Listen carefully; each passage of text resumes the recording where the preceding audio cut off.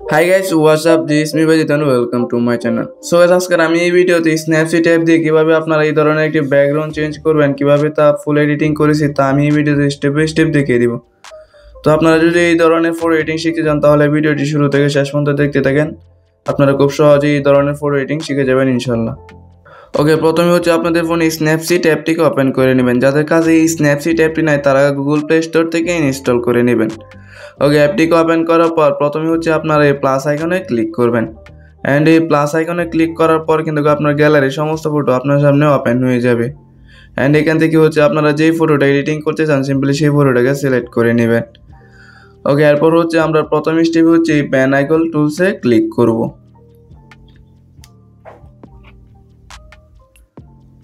And উপর থেকে tune image যে টুলটি আছে আমরা হচ্ছে এই টুলটিকে সিলেক্ট করে নেব। অ্যান্ড এটাকে সিলেক্ট করার পর আমি হচ্ছে এই ফটোর অ্যাকর্ডিং এটা লাইট অ্যাডজাস্টমেন্ট করে নিচ্ছি। আপনারাও আপনাদের ফটো অ্যাকর্ডিং এটা লাইট অ্যাডজাস্টমেন্ট করে নেবেন।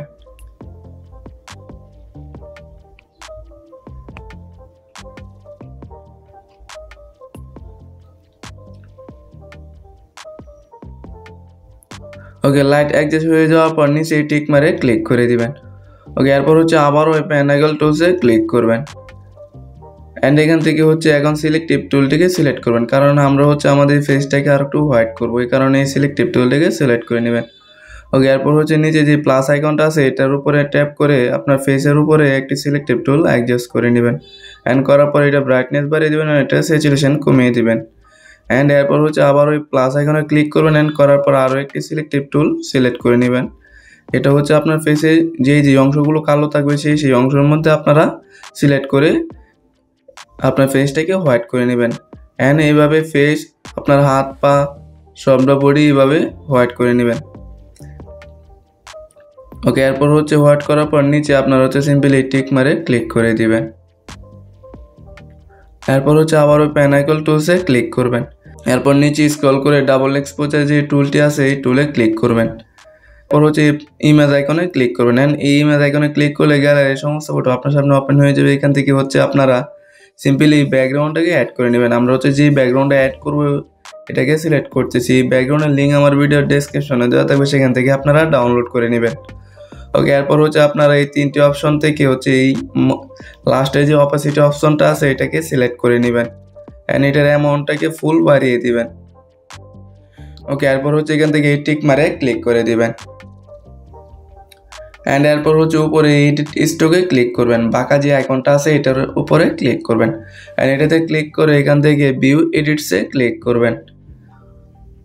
অ্যান্ড এখান থেকে হচ্ছে 4 নম্বরে যে ফিল্টারটা আছে ডাবল এক্সপোজার এটার উপরে ট্যাপ করবেন। অ্যান্ড এটাতে ক্লিক করার পর এখান থেকে হচ্ছে ব্রাশটিকে সিলেক্ট করে নেবেন। অ্যান্ড এরপর হচ্ছে ডাবল এক্সপোজারের যে অ্যামাউন্ট আছে এটাকে একবারে 100 রাখবেন। অ্যান্ড 100 রাখার পর আপনারা ব্যাকগ্রাউন্ডে অ্যাপ্লাই করলে কিন্তু আমাদের ফটোর ব্যাকগ্রাউন্ডটা রিমুভ হয়ে যে ব্যাকগ্রাউন্ডে অ্যাড করবো সেই ব্যাকগ্রাউন্ডটা অ্যাড হয়ে যাবে। ভুলবশত যদি ব্যাকগ্রাউন্ডে রিমুভ করতে গিয়ে আমাদের ফেসটাও বা বডিটাও রিমুভ হয়ে যায় তাহলে এটাকে রিকভার করার জন্য সিম্পলি এটা এক্সপোজার যে অ্যামাউন্টটা আছে এটাকে একবারে 0 করে নিব। অ্যান্ড এটাকে 0 করার পর আবার অ্যাপ্লাই করলে কিন্তু আমাদের মডেলটা রিকভার হয়ে যাবে। অ্যান্ড এরপর হচ্ছে আবারও এটার এক্সপোজারটাকে বাড়িয়ে নিব। অ্যান্ড বাড়ানোর পর আমাদের ব্যাকগ্রাউন্ডে অ্যাপ্লাই করলে কিন্তু আমাদের ব্যাকগ্রাউন্ডটা অ্যাড হয়ে যাবে। সো গাইস, ভিডিওটি আমি একটু ফাস্ট করে দিচ্ছি, আপনারা হচ্ছে ধীরে ধীরে করে নেবেন। আর এখনও যারা চ্যানেলটিকে সাবস্ক্রাইব করেন নাই প্লিজ প্রথমে চ্যানেলটিকে সাবস্ক্রাইব করে নিন আর ভিডিওতে একটি লাইক করে দিন।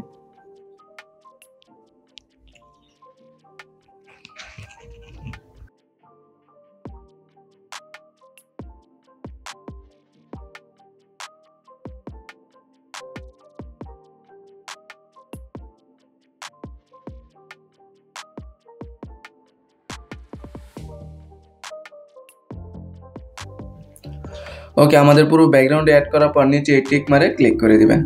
এরপর হচ্ছে উপরে আর আইকনে ক্লিক করে ব্যাগে চলে আসবেন। অ্যান্ড এখন হচ্ছে আবারও আমরা এই প্যান আইকন টুলসে ক্লিক করবো। অ্যান্ড এটাতে ক্লিক করার পর উপরে কার্ভের যে টুলটি আছে এটাকে সিলেক্ট করবো। অ্যান্ড এটাকে সিলেক্ট করার পর আমরা প্রথমে হচ্ছে কালার আইকনে ক্লিক করবো। অ্যান্ড কালার আইকনে ক্লিক করার পর এখান থেকে হচ্ছে আমরা রেড কালারটাকে সিলেক্ট করবো।